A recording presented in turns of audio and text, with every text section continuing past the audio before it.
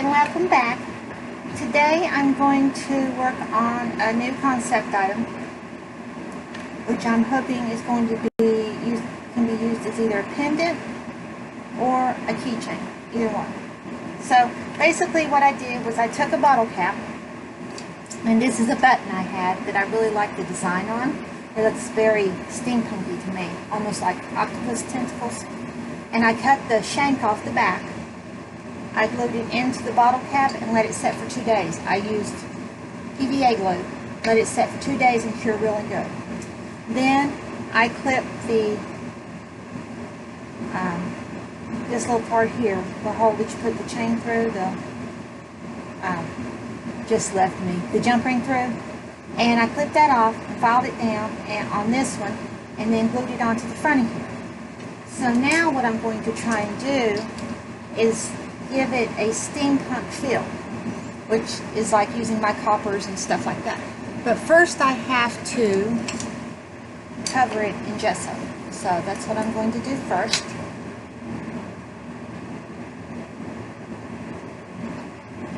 Most of my stuff for Comic-Con seems to be leaning towards steampunk that I'm making.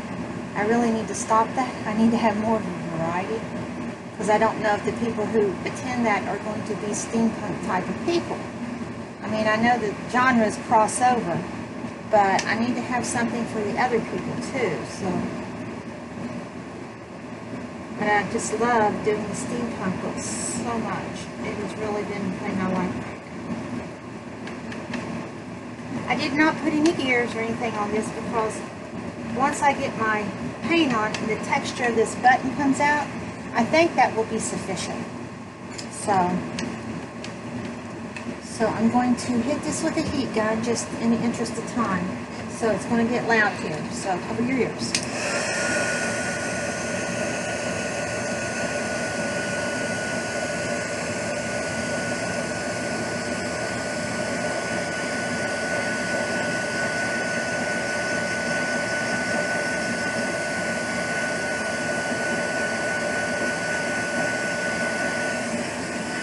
I so love my heat gun. I highly suggest it to anybody.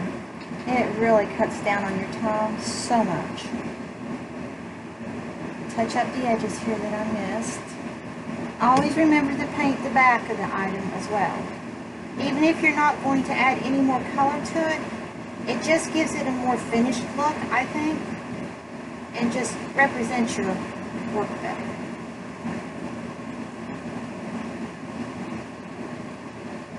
And as with anything metal, even though you're using the gesso, which covers just and holds just about on anything, sometimes it will take 2 coats.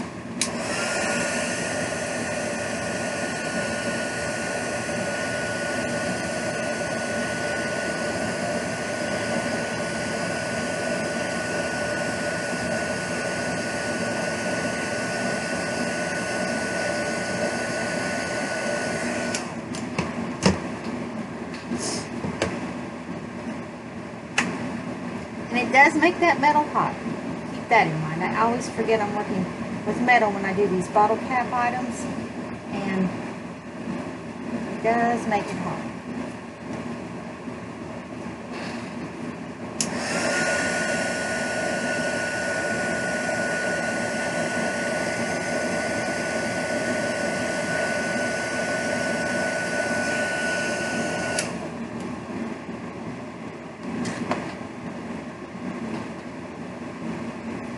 Check the front, see how it looks.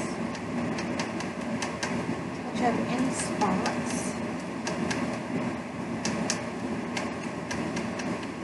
Okay, I think that's pretty good.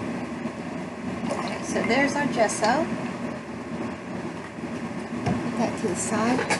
Now, as I'm always so ill-prepared, I need to pull my other paints out, which is going to be, I don't know if I want to use copper or bronze.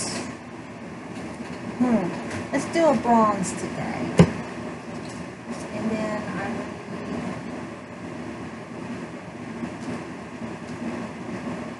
purple. And I will need my orange and my turquoise.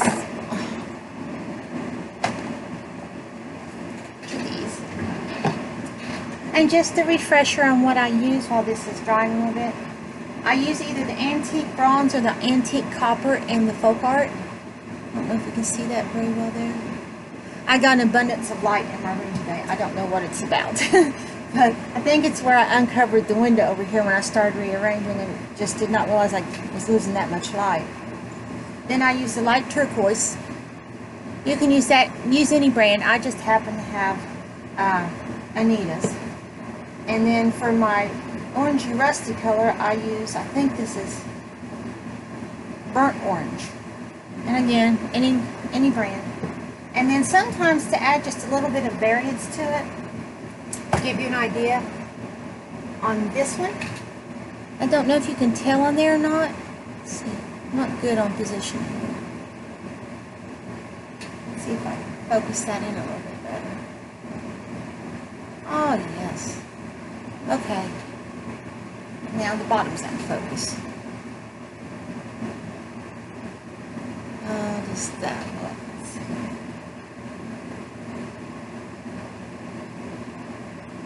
Okay, so I use a little bit of amethyst, I think it is, amethyst on it afterwards, just to give it, I don't know, I just like a touch of the amethyst on it. I can't tell you why, but I do.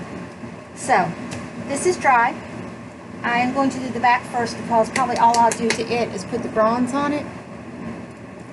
So I'll get it done first. You need a really dry brush to do this.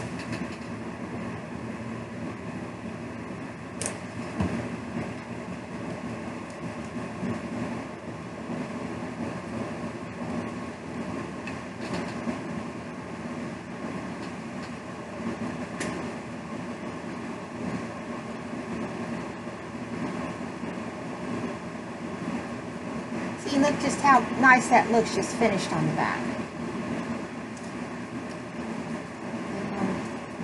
I'll start the front here.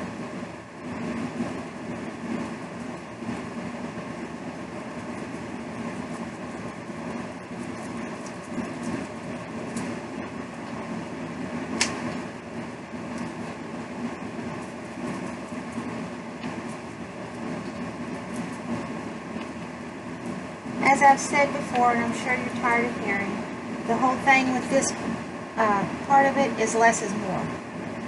So you do dry brush it on with the driest brush possible, that way it's not gooped on there, and it just hits the highlights, as you can see here.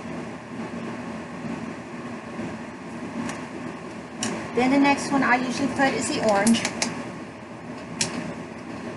Very minimal. I don't even get a different brush. Kind of let it mix with the copper or the bronze, whichever I'm using at the time. And very lightly.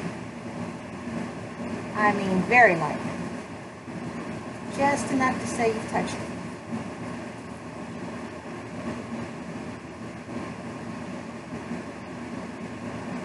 As you can see, there's a little bit of an orange influence there. Next up is the turquoise.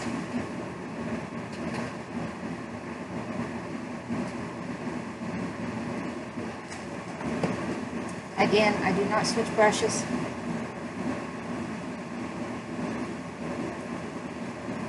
Turquoise is the hardest to get out of the brush. It's the one that wants to go on the heaviest. I'm not sure why, but it may just be the aspect of the color itself.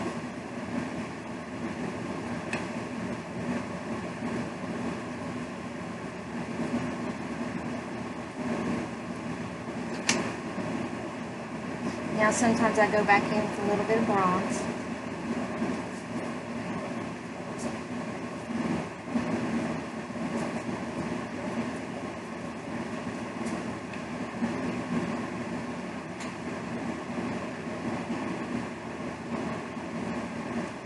And then finally just a touch, and I mean just a touch of amethyst. Almost like you're just waving the air over it. That's it. And that's usually on the high points where I put that.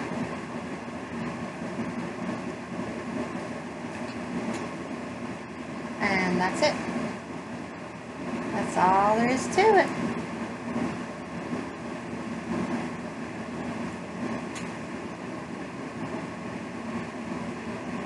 That's what it turned out looking like.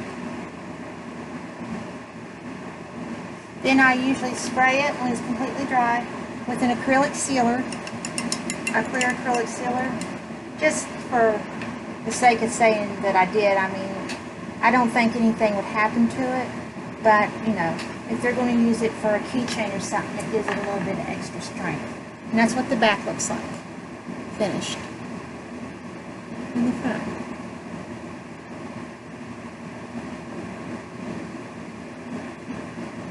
And another item to add to my product range at Comic-Con. Like I said, I had to seal it and put the jump ring on it, and it's good. I'm going to offer them as pendants, but I can easily turn them into keychains with a split ring, so it's not a big deal. I'll offer that there. But that's what it looks like. I hope you enjoyed it and learned a little bit of something, and that's my process. Until the next one, bye now.